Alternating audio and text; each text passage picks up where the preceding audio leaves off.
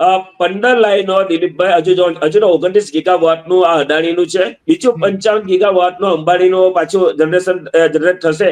એટલે તમે વિચાર કરો કે આ ખાલી 29 ગીગાવોટમાં જો આટલી જગ્યા જશે તો આવનારા દિવસોમાં જગ્યા કેટલી જશે. બીજી વાત કરું, ગુજરાતમાં બીજી સરપ્લસ છે. રમેશભાઈ, આ તમે બહુ મોટો આંકડો કર્યો, કારણ કે આટલા મોટા પ્રમાણમાં જો ખેડૂતોને અસર થતી હોય, કેટલા ખેડૂતો અને કેટલા ટકા જમીન આમાં જવાની છે?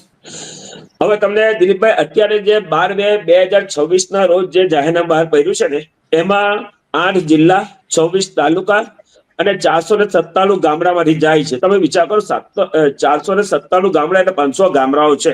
એક જે કોરિડોર છે ને 220 ફૂટ જગ્યા પહોળાઈમાં જશે. હવે તમે ખાવડાથી લઈને તમે અહીંયા સુધી સુરત સુધી કિલોમીટર માપી લો, એટલે 32% જગ્યા ખેડૂતોની ઓલ ઓવર આ બધી લાઈનોમાં જશે. ખેડૂતોની જગ્યા 32% એમાં જશે. જયારે ટાઉન પ્લાનિંગ એક્ટ આવશે ત્યારે 50% સરકાર કાપશે, બરોબર છે. હાઈવે જશે તેમાં કાપશે. એટલે ખેડૂતો બરબાદ થઈ જવાના, પાયમાલ થઈ જવાના છે. અમે સરકારને એક રજૂઆત કરી છે કે તમારે વીજળી આપવી છે તો દરિયાઈ પટ્ટી, આપણે ગુજરાતનો બહુ મોટો દરિયાઈ પટ્ટી, જ્યાં ખાવડાથી તમે લઈને નવસારી સુધીની દરિયાઈ પટ્ટી છે,